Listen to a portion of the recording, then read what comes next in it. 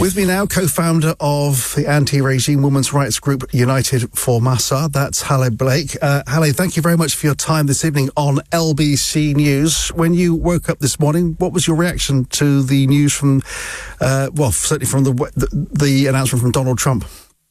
Well, it's the news that we've all been waiting for some weeks now. And as you mentioned, there's been many lives lost in this very recent few weeks. I would say this is the moment we've been waiting for that help to arrive, as President Donald Trump had promised.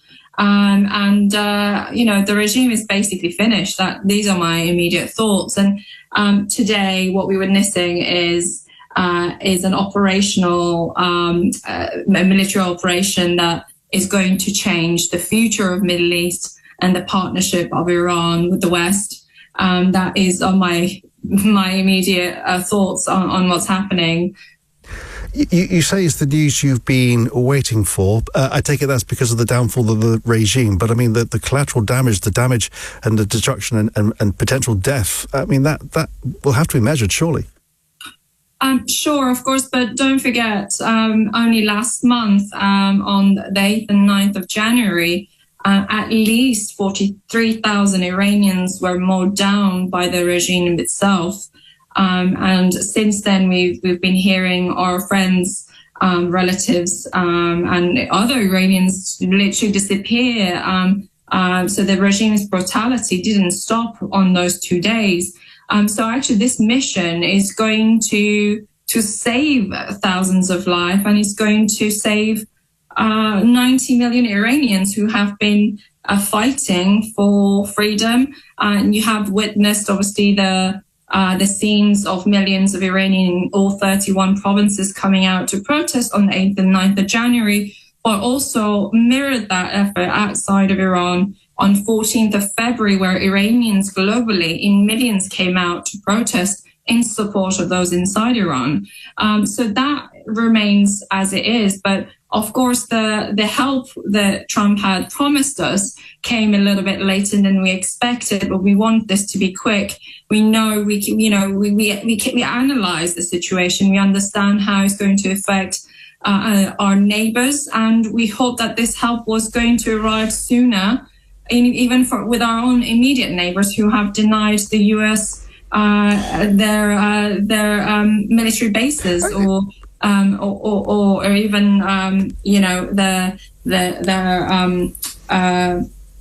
you talking about the UK there and not allowing the US bases to be used in some potential attack? Is that what you're talking about? Yeah, but also UAE and some of the other Arab nations had mentioned that they would not allow the US to use their airspace or land or sea to access Iran. So there were those limitations being set instead of those nations actually helping the Iranians. And they all wanted to go out with their own lives, just denying that just a few thousand miles away on the border, there were Iranians that were massacred just for asking for basic rights. You say you want this to be quick. I'm just wondering whether, because the rest of the region, the impacts on the rest of the region, we've heard about, Dubai getting a hit today, and there's all sorts of worry there. I'm just wondering whether the impact on the region might suggest that it's not going to be quite as quick as you hope. Well, I'll leave that translation to experts. But actually, this regime is really weak. They are in their last leg, and they are going to make every effort to remain in power like they have in the past 47 years. And literally, the region's now experiencing what we have experienced, civilians being directly affected. And we have warned the world that their brutality is beyond the borders of Iran. It's within the region, as we know, through the proxies, but this is another example. But those threats are also very valid in the UK. We know the IRGC and their proxies and their allies are working and operating in the UK. So this is very much a world problem, as I'd like to call it. But we just hope that this will be quick, and we don't want any lives lost. We know that as Iranians, our lives will be lost to get Iran back. We have come to that we have come to a very united position as Iranians, wanting to take back our country from this tyranny and this dictatorship and get us to a secular democratic Iran that we all deserve. So for that, we know that there will be bloodshed from our end, but we hope that it's not from the American forces or the Arab nations or the Israelis, for that matter. You seem to suggest in, I think, your first or second answer, that this could have been sooner. I'm just wondering whether Donald Trump, from your point of view, could have acted when the protesters were on the streets before the regime was able to galvanise, and as you talked about, the loss of 40,000 people. I mean, I would have liked to lose less people than that, and even one is way too many, but I'm also realistic that it does take time to move about all of these military equipment across the globe, and it costs money. And I obviously also understand that Trump was trying to negotiate and gather forces globally. So, I mean, that negotiation table was actually making us more nervous than the bombing itself, and that's what we seem to hear from inside. But we understand that it takes time to actually deliver, and we hope that it's done once and properly, and not a quick fix, but rather a strong end to everything we've been seeing. Yeah, I was going to say, the word from Donald Trump seemed to be, it's also, we're doing this, but it's also up to the Iranians to have some kind of uprising. From inside Iran, following today, there is talk, it's from Benjamin Netanyahu, nothing has been confirmed, growing signs that the supreme leader is gone. At what point will there be the confidence of the Iranians to take to the streets for this uprising? I think we will wait for the Crown Prince Reza Pahlavi to issue a call. I think that's the moment that the Iranians will take to the streets again. Many of those who went out and witnessed people being massacred in front of them told us that they also died that day, and it will not stop them from going out. And in fact, more people have said they'll go back on the streets to take back their land and to make sure they finish the job. So I think that moment will be when Crown Prince Reza Pahlavi issues that call, which has been the uniting factor for Iranians to protest on the 8th and 9th of January, and also on the 14th of Feb outside. But what will a new Iran look like? Who will lead it?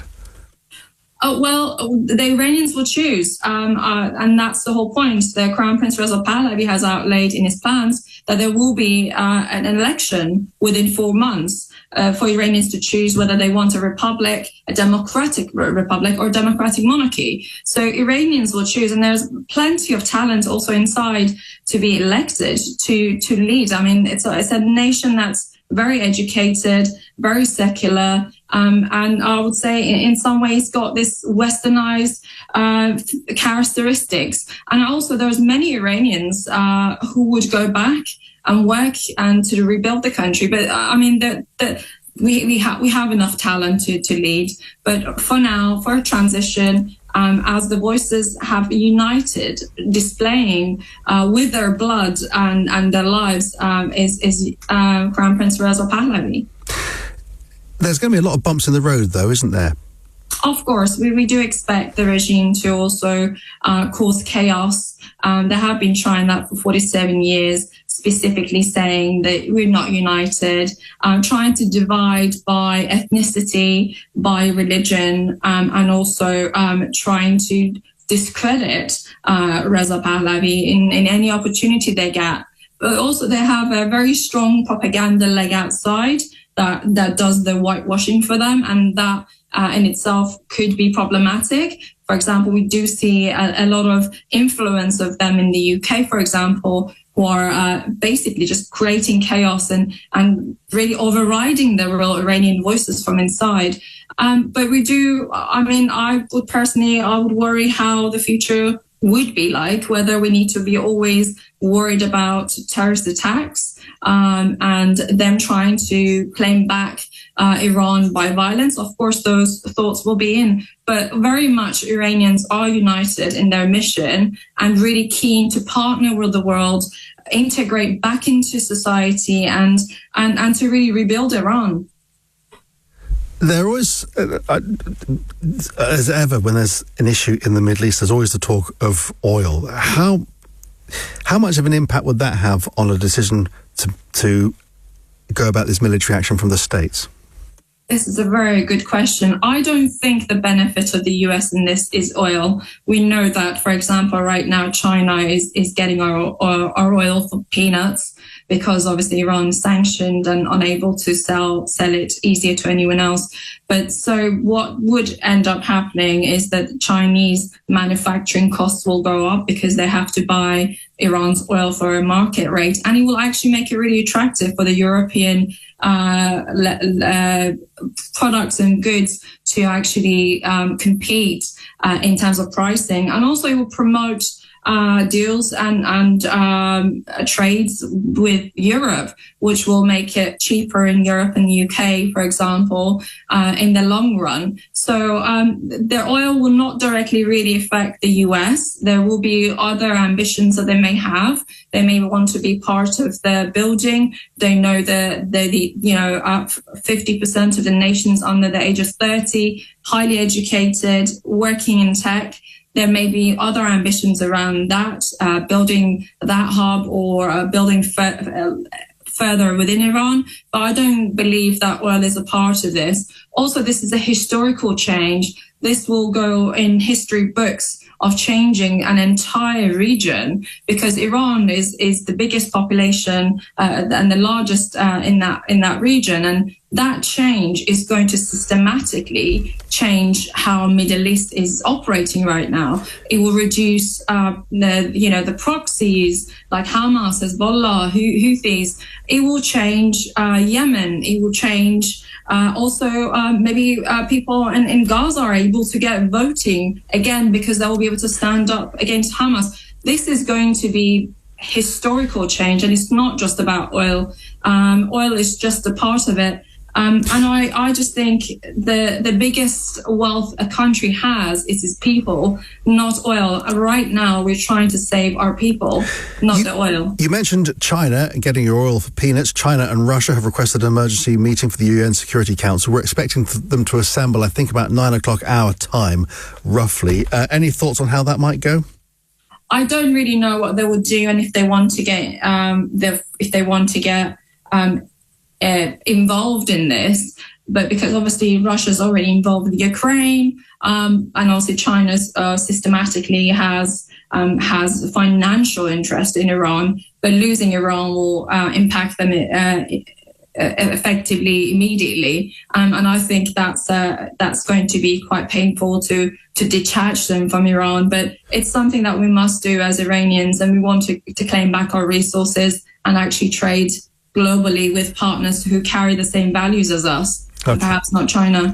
Okay, Haleh, I appreciate your sentiment and also being available for us tonight this evening. Thank you for your reaction to events today. Haleh Blake here on LBC News. LBC.